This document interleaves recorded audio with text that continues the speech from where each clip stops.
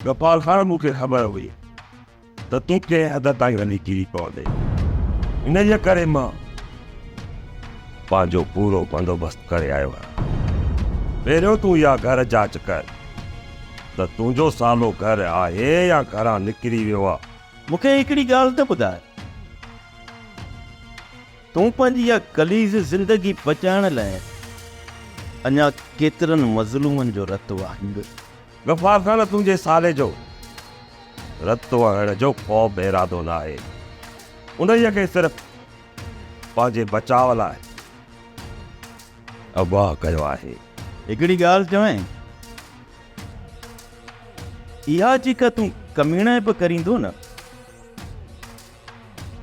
इन मां तोखे कुझु बि हथु कोन्हे। जेकॾहिं तव्हांखे मारणो आहे न त मूंखे मारे ख़तमु करे छॾियो। पोइ ही राज भाग पूरी मिल्कियत सभु कुझु तव्हांजी हवाले। मूंखे तव्हांजी मिल्कियत मां हिकु रुपयो बि न खपे, छो त मालिक जो मूं वटि वॾो कंचो आहे।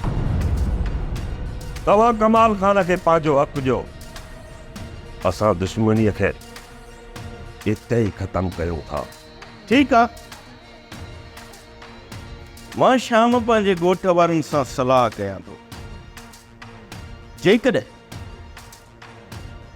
उहे राज़ी थी विया, पोइ तव्हां ओठे ऐं कमाल खे बि वठी अचिजो। सभु ॻाल्हियूं सभिनी जे साम्हूं थींदियूं। गफ़ार खान, मूंखे तव्हां मां इहा ई उमेद हुई। घणे रतो हणण खां सुठो आहे कमाल खान खे पंहिंजो हक़ ॾेई छॾियो ऐं इहा दुश्मनी हिते ई ख़तमु थी वञे। हिकु ॿ ॾींहं इंतज़ारु कर।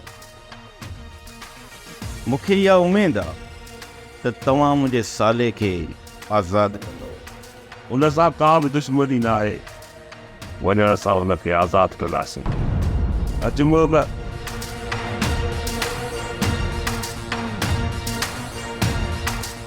सोप सीरियल ज़हर ज़िंदगी तमाम एपिसोड ॾिसो हाणे HD क्वालिटी में। विजिट कयो असांजो YouTube चैनल सिन TV HD ड्रामा।